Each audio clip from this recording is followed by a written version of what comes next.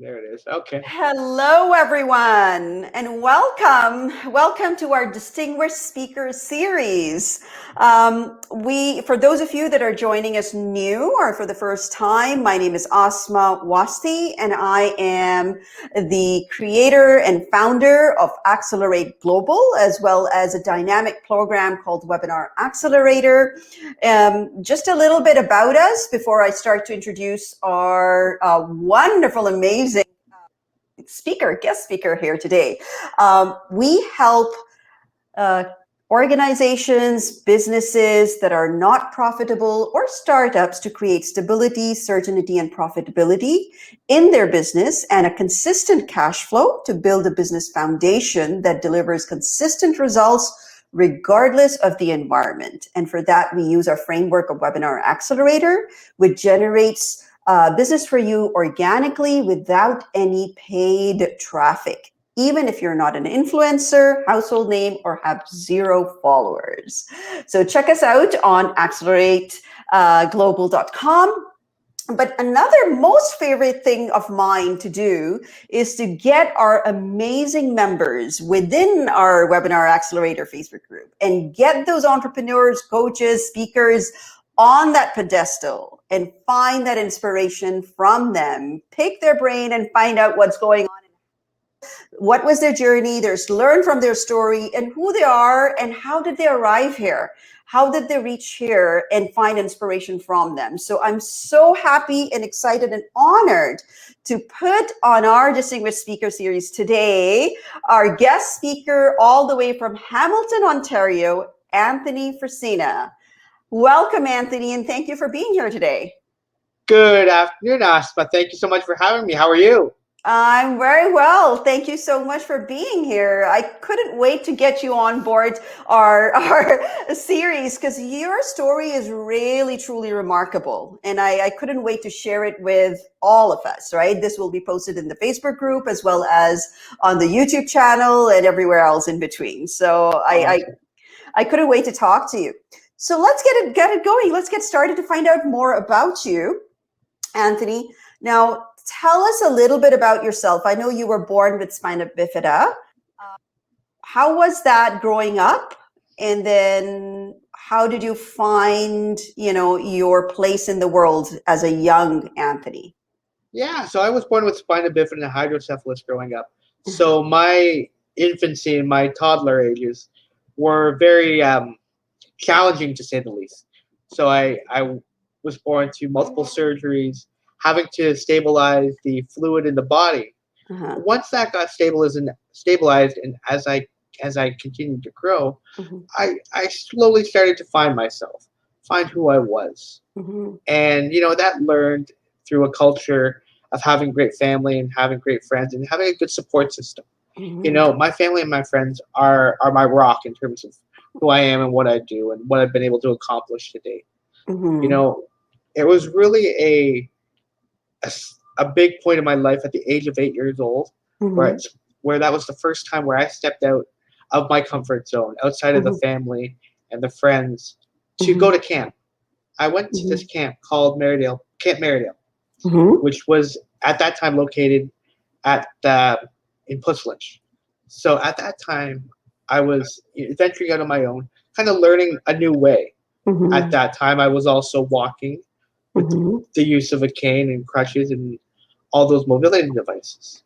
But I'd met a man by the name of John Spatazzo, and he is a tremendous man, a friend of mine that is still friends with me today. Yeah. He introduced himself to me, and he welcomed me to Camp Marydale.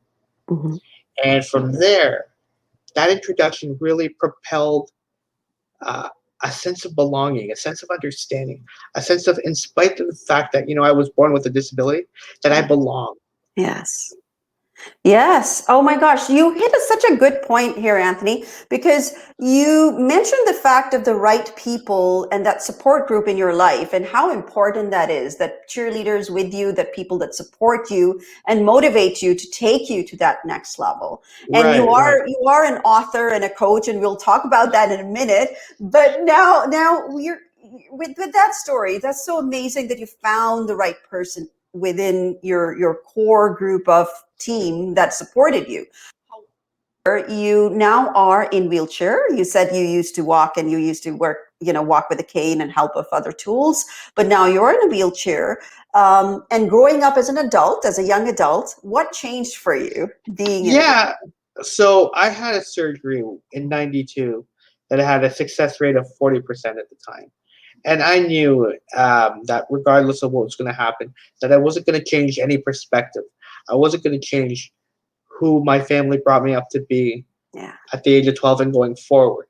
So, despite the surgery having the everlasting effects of me using a wheelchair then on after, that I still maintain the same perspective.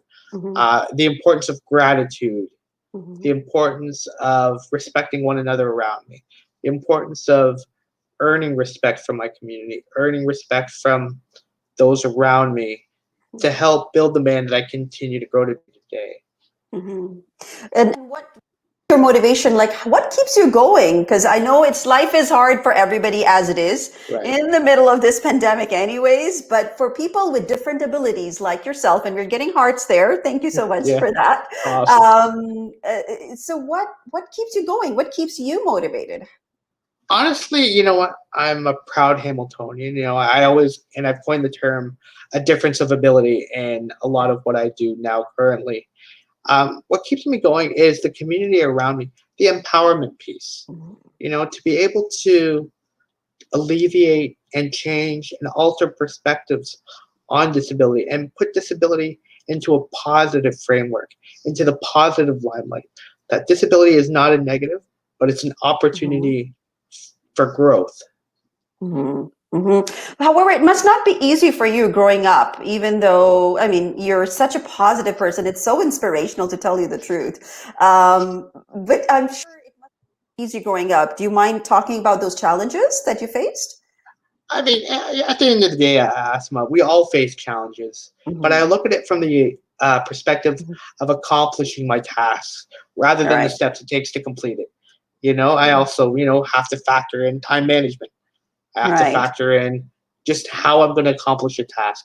I'll have to take Mm-hmm. a keen eye and a keen perspective on what I'm doing, anywhere from tying my shoelace or from Mm-hmm. getting from point A to point B Mm-hmm. with dignity and respect. Right, right. Of course, that makes sense. Now, you are a big proponent of literally a cheerleader in the thick of it, not just by the sidelines of overcoming stigmas and stereotypes, and how literally represents the community in giving more accessibility and inclusivity. So, do you want to talk a little bit about that and your work around that? Absolutely. I mean, well, you hit the buzzword there as my cheerleader. One Mm-hmm. of the things that I do in my community here at the Ron Joyce Children's Health Center Mm-hmm. prior to the pandemic was work with kids with a difference of ability. Mm-hmm. As someone who's been there, who Mm-hmm. understands the what kids may be feeling and what kids may be thinking as they continue to grow older. I sat there and I was part of a Mm-hmm. group that were actually cheerleaders. And I was Mm-hmm. cheerleading with them because I wanted to show them that regardless of what your age or regardless of your ability, we all can do this and we all can do this together. And doing Mm-hmm. this together and being united is what's important. I Mm-hmm. thoroughly believe that allyships are a big part of what I do. Right. Allyships are key, not only from the disability community, Uh-huh. but from the community at large. Right. Hamilton alone, the percentage of persons with disabilities is 27.7%, Wow. greater greater than the provincial and national averages. Uh-huh. So having the importance, having the keen eye towards empowerment Mhm. is absolutely vital for growth and perspective and opportunity. Okay. Okay. Thank you for that. So tell us, like, do you find that businesses these days are they like when we say that they're, whether it's a store, convenience store, buildings, offices, homes, either way, are they what you would call them? Are they truly accessible, or do they can work on it? Well, one of the things that I like to say, Asma, is that I don't tell perfection, I celebrate progression. Right. And in I love saying that. that, I love that there you statement. go. And in Good. saying that, you know, well, I like to say a lot of places are accessible. Mhm, There's still a lot more work to be done to be truly mhm, accessible and mhm, fully accessible. I mean, looking at it from the perspective of not only the physics standpoint, mhm, but also looking at it from different other invisible standpoints, invisible disabilities, to mhm. help make that experience for the visitor or the user as seamless as possible. Okay. So growing up, I want to go back a little bit because I want to find that inspiration in you for the younger generation because you work a lot with kids and the younger, the young adults. Yeah. Coming up to that age of being a young adult and going on their own, what should they be prepared for? Like what advice would you give those kids that are facing all kinds of different abilities or disabilities? Quite honestly, don't change for anybody else. Continue to be the person that you have been, you grew up to be Hmm. through your family, through your support. Don't Hmm. change because it's really that society needs to Hmm. adapt to a more accessible world rather than people with disabilities needing Hmm. to adapt to society. Once we look at it from that perspective, once we continue to develop, continue to amplify the message on accessibility and inclusion and what that truly means, Hmm. then we're living in a world which is we can collectively prosper. For sure, I agree, and I know that in respect to that you hit the mark there. I remember in my previous conversations, you had said that when we are creating those businesses or those locations and places, instead of retrofitting accessibility after the fact, let's build it in beforehand, right? Absolutely. I mean, building whether it be an office, whether it be a space with accessibility at the forefront of conversation rather than an afterthought, really is a time saver and a money saver. According Hmm. to the Rick Hansen Foundation, when you build a building um, accessible from the beginning, the cost is only 1% more of the actual cost, overall cost, to Hmm. build it accessible, rather than Hmm. having to retrofit accessibility into a build, which is a significantly higher cost. That's a very smart point because as a business owner, I would like to think twice about that instead of, I wouldn't want to miss out on a big number of people that I may have cut off just by not making it accessible, plus added cost for retrofitting it afterwards. So good point. Right, and looking at it from the perspective, the return on investment, as you just alluded to, of Hmm. building a from accessibility is invaluable. A lot Hmm. of times, I'm you know involved in a conversation with a business owner Hmm. with regards to accessibility, where I'll hear them say, "Well, nobody with a disability comes here." Well, the obvious answer for that is because you're not accessible. There you Like, go. I mean, why are you appeasing? And I'll use the Hamilton numbers here: Hmm. 62.3% of the population, when there's still a 27.7% Hmm. a population that we can appease to have the whole 100% a population here in Hamilton all working together and all being able to access places, access events, access opportunities, access jobs, access anywhere where we want to go in a place where we're looking at independence, Hmm. integrity, respect, and dignity. Absolutely. And you hit the right point there. So now you've got your entrepreneur hat on. So we're going to talk and switch gears and talk about that because you're just, coming up with numbers and talking about that, from an entrepreneurial point of view. So what made you an entrepreneur who you are today? How did you arrive to this point? And talk to us about your journey and your challenges and your achievements and successes. Absolutely. Well, I created above and beyond Hmm. through working at where I work. I was given the opportunity to talk to some people and learn about this opportunity of a TV show that I could create, that I could produce, that I could put out to the community Hmm. here in Hamilton. And I jumped on the opportunity because of my passion and my platform for accessibility awareness and inclusion. So that's where Above and Beyond was born. So Hmm. it started in early 2015, where the working pieces got together, got all the pieces in place, got all the framework, got all the ideas together. And then it launched in 2018 on Hmm. Cable 14 with a pilot, and then Hmm. transitioned into a producer role, a co host role. And I just finished now my third season of Above and Beyond, We just completed doing 10 episodes. Amazing. So I just finished actually interviewing the Canadian Mental Health Association executive director here in Hamilton. A lot of our interviews this season were talking about navigating the pandemic as a person with a disability and the importance of advocacy and not being afraid to Mhm. amplify your voices regardless of pandemic or not, but also being not afraid to push back when those who seem to have things in perspective and think disability is a hindrance, so to speak, a burden, when it's Mhm. not really a burden, so to speak. It's more of an opportunity. We have to look away and look past numbers Mhm. and highlighting the fact that people with disabilities are people too.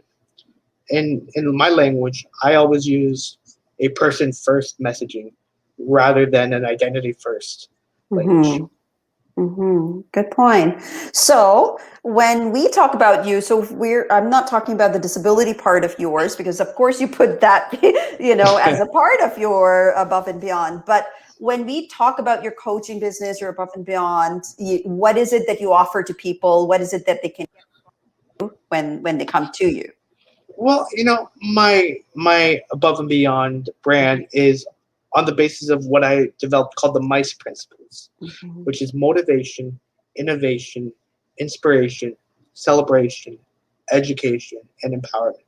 And it's not only business to business, but Yeah. it's business to person. Mhm. Helping people, helping families, helping communities grow with accessibility and having that more talked about, having the openness to not be afraid to speak your truth, to be who you are, so Mhm. that other people, other communities can get to know who you are and work and grow together. And really, that's above and beyond in and of Mhm. itself. Sure, you do, and you sound like you do because you're involved in so many different things, right? You talked about the kids, you talked about being the speaker, host, and author of Above and Beyond. Your book has recently come out. Do you have it anywhere close by? Oh, there it Well, is. hang on, sorry. Okay, yeah, here we go. There it Above and is. Beyond recently. Congratulations. Thank Yeah. you very much. So, Above and Beyond is now available on all major platforms worldwide, Mhm. Amazon, BookBaby, everywhere. So, yeah, feel free to look What it is up. the book about? The book tells my story, tells a Mhm. detailed version of my story, growing up through not only having the disability, but transitions from elementary school to high school to college.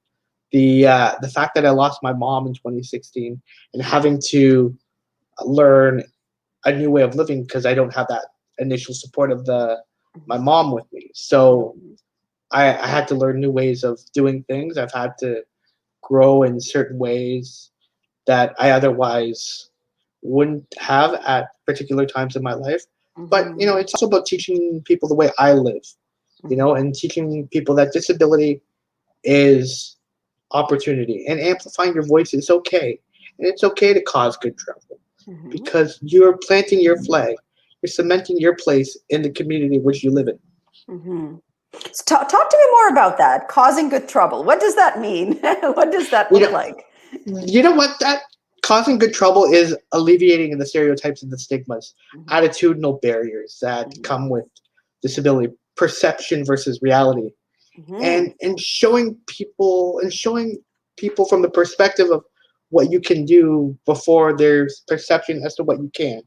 And for me, what I do is not in any way, shape, or form showing somebody up or showing somebody that I can do something. Rather than it's me going on with my day to day living, my day to day tasks, the way I do it. And if that impresses people, great. But that's my way of life. That's the way I do things. Mhm. And that's a good way to learn too, right? From where you see. And I believe you said there are inspirational quotes on every single chapter that actually. Absolutely.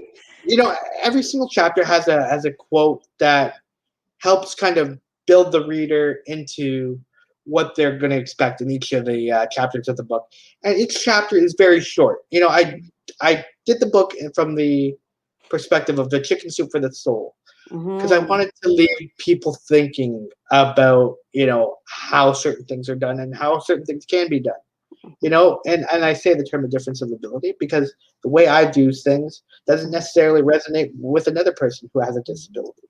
Mhm. And we have to be open and we have to be conversational. A Mhm. lot of times we hear or we see, disability being muzzled, so to speak. I'm the Mhm. type of person that opens the door for any type of question that is asked of me, no matter what the question is. Mhm. Questions will lead to answers. Answers will lead to conversation. Conversation will lead to understanding. And Mhm. understanding will lead to less ignorance to the Yes. word the disability community. And a lot of the times we need to be more proactive in our approaches Right. rather than reactive. Now, whether it comes from a standpoint of curb cuts Mhm. to buildings Mhm. to our attitudes Mhm. to our perceptions, Mhm. we need to be proactive in how we do things. True. And then we have to, it's a takeaway for us for today also to think about this, and then, Yeah. put some thought around this also. And I believe you said that there was pandemic. Did pandemic affect people with disabilities more so than others? Is that Well, right? there's two sides to this Mm-hmm. story when it comes to the pandemic. Mm-hmm. The pandemic has left a lot of people with disabilities, unfortunately, even more isolated than they currently are. Mm-hmm. So that's really kind of been a negative, and it's also put perspective on different communities who aren't used to being isolated to feel what a lot of people with disabilities are currently feeling. We're having those restrictions, having the stay at home orders, having not being able to go out see your friends, your family, the Mm-hmm. support system. Mm-hmm. It affects anywhere from home caregiving, from the Mm-hmm. perspective of if it's a second job for somebody. Mm-hmm. We're only allowed to do one job at a time. Mm-hmm. But it puts things into perspective. The ability to work from home, Mm-hmm. that creates so many more jobs, so many more opportunities for people with disabilities to be able to work in an environment that is comfortable for them. Access to familiar area, access to a washroom, not having to worry about certain things happening. Being in the comforts of their own surroundings really can help take working for people with disabilities to the next level. Mhm. Good point made, because now we're coming back to, hopefully soon, the integration of Yeah. digital and the real brick and mortar world. Whereas this is a food for thought for people, organizations, entrepreneurs, large, small, medium, and large enterprises to think more about on those lines. That yes, we can actually have more people with disability involved and provide employment to them Absolutely. while having this framework of work from home, right? Because now that we have it, we've created it. It's not that it wasn't there always, but now we have kind of, amassed it to everybody and everywhere globally.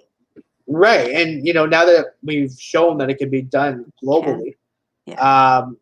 post pandemic, Mhm. we hope that, a lot of things change for the disability community.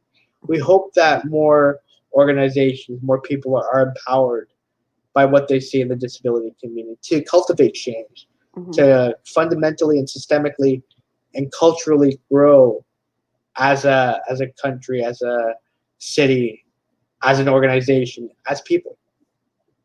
Yes, yes, absolutely, and have that integration of all representation of all types of disabilities and all types of people with disabilities into our workforce and workspace, including being an entrepreneur as well. Yeah, Now, exactly. right, and that's easy to work from home that way. So I love that. That's a good point that you made. Now you've been busy behind the scenes now. As soon as your book came out, you've been busy writing another book now, Yeah, isn't it? I have plans in the pipeline to do a children's book Mhm, because it's important to talk about belonging as well. mhm, Accessibility and inclusion in and of itself are go hand in hand, mhm, but it's also important to talk about belonging. mhm, As a person with a disability who may have a mhm, visible or invisible different disability, mhm, maybe um, maybe feeling a little bit shy or less empowered mhm, because of their perceived Mhm. weakness, because it's not a weakness. Mhm. It's simply an opportunity. So the book that I'm putting together right now is about belonging in the sense that regardless of who you are, regardless of the gifts that you were given by God, regardless Mhm. of everything, that you still belong. Your gifts are a treasure to those Mhm. around you. And I think it's important to recognize that. And the importance of belonging is paramount for one's confidence. That's beautiful, and definitely coming for from a perspective of the young ones that you're writing it for. It's so much needed because we're already awkward, and at that age we're already not fitting in. And then when we come with something additional, an additional challenge, it makes it that much harder We're for still us. in the stage, yeah, and we're still in the stage right now that we're retrofitting accessibility, Mhm. whereas accessibility is not fully adapted into framework Mhm. of inclusion. So we need to transition from the point of retrofit to be proactive thinkers so that Mhm. accessibility is all around us. And inclusion is vital as well. Inclusion is simply the importance of getting from point A to point B with independence, dignity, and respect. And so that we look at it, inclusion from the perspective of, that it's second nature. That Asma, you and I can go to the same building, going through the same door together, going to the same room together, accessing the same table together, sitting at the same table together, and Mhm. having not only our voices at the table, our Mhm. presence at the table, Mhm. but listened to and more so above that heard Mhm. and implemented. Lived experience often gets um, not as much exposure Mhm. as it really should. Lived experience is vital to our growth. Lived experience is vital to what we can do. What the opportunities are endless for Mhm. what we can do for growth with lived Mhm. experience. Oh, that's a wonderful, wonderful concept that you just brought forward. Thank you so much for that. I agree. I agree. I know I do have a friend who's not in a wheelchair but has a nature of a disability, and that's something that we struggled with prior to pandemic. Whenever we were going out to go into the same building together, to sit together at the same table and eat together and have that moment, it was a challenge. I mean, we had to plan and figure things out, but you made a good point. I can relate to that personally as well, so thank you for bringing that. You've been involved in much more than what you have shared with us. I mean, it's hard for me to encompass everything that you've been involved in. You've been involved with some Rick Hansen events, right, as well, where you have Yeah, been. I started with the Rick Hansen Foundation in 2007, Mhm. where they had what's called Wheels in Motion from 2007 to 2011. Mhm. It was hosted locally here in Hamilton, and it's Mhm. hosted in cities all across Canada Mhm. on a particular day. Mhm. So the Wheels in Motion event is designed to place perspective on disability, on spinal cord injuries, by having people perform tasks of daily living, activities of daily living, but from the seated position of a wheelchair, whether it be hanging clothes on a clothesline to, Mhm. you know, taking something on a table and taking it to another table, also sitting in a wheelchair to Mhm. again gain that perspective of what a person with a disability who uses a wheelchair Mhm. does every day. Hmm. Hmm. Good point. Excellent point. Thank you so much. And you were involved with the super crawl at Rowan Joyce Health Center as well, right? And that's where it all started with the cheerleading. Uh, So I came into the event, assisting with super crawl, yeah. and then I saw this cheerleading group commencing on the same day, Hmm. and I peeked in and I saw what it was like, and I had a couple friends of mine who were helping organize the event. Hmm. So I know I kind of got more information as to what it was about. I saw the kids, the smiles on their faces. How could you not be excited? How could you not be empowered to want to give your voice, to give your time, to give your perspective to not only the kids themselves, but to the families. What can they expect for their young one as they grow up? What can they how can they overcome challenges Having overcome them myself, I can offer opinions and advice to work with those families in terms of whether it be a phone number or an organization that can assist them with this, or looking at this perspective or another perspective. Mm-hmm. But also, it's about the kids, having the kids be true to who they are, Mm-hmm. having the kids feel empowered by who they are. That is key. Mm-hmm. That is so important, that the kids understand that regardless of what's handed to you, it's not a negative, it's an opportunity, and what you do with that opportunity is in your hands. Don't let society define who you are. You need to define who you are by yourself as you grow. Thank you for that. That's a great note to end that on. And I can clearly see where your inspiration lies and where you get your motivation from. So that is truly remarkable. Thank you so much. We're almost done, like it's 1:30 already. Oh And my gosh, wow. how time flies by so fast, 30 Time minutes. flies.